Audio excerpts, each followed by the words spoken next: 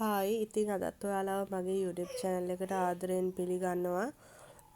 ඉතින් අද cooking vlog එකක් තමයි අරන් ඉන්නේ. ඒ වුණාට මට ටිකක් දුර උයාගෙන යනකොටයි මතක් වුණේ අද වීඩියෝ කරා නම් හොඳයි කියන එක. මම බත් එක උයන්න රයිස් කුකර් එකට හාල් ගැහැව්වා.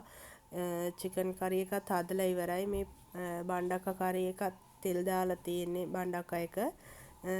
දැන් පරිප්පු කරි එකක් හදාගන්නයි ඕනේ.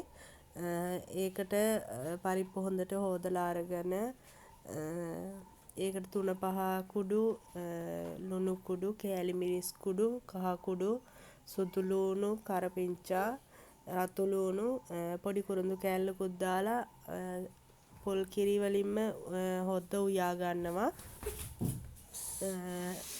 ඉතින් අද ওই විදිහට තමයි දවල් කෑම එක හැදුනේ. ගොඩක් දේවල් හැදුවේ නෑ.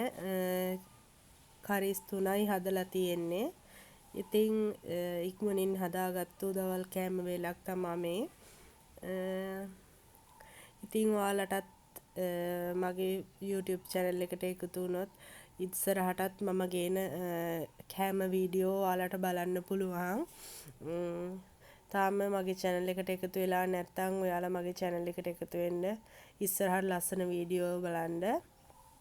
ඉතින් ওই විදිහට තමයි එදා දවල් කෑම මම ලෑස්ති කරේ.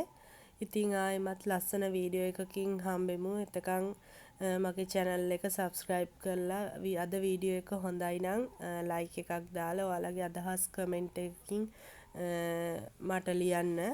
ඉතින් ආයෙමත් දවසක හම්බෙමු. ඉතින් ඔයාලට සුබ දවසක්. ගිහින් එන්නම්.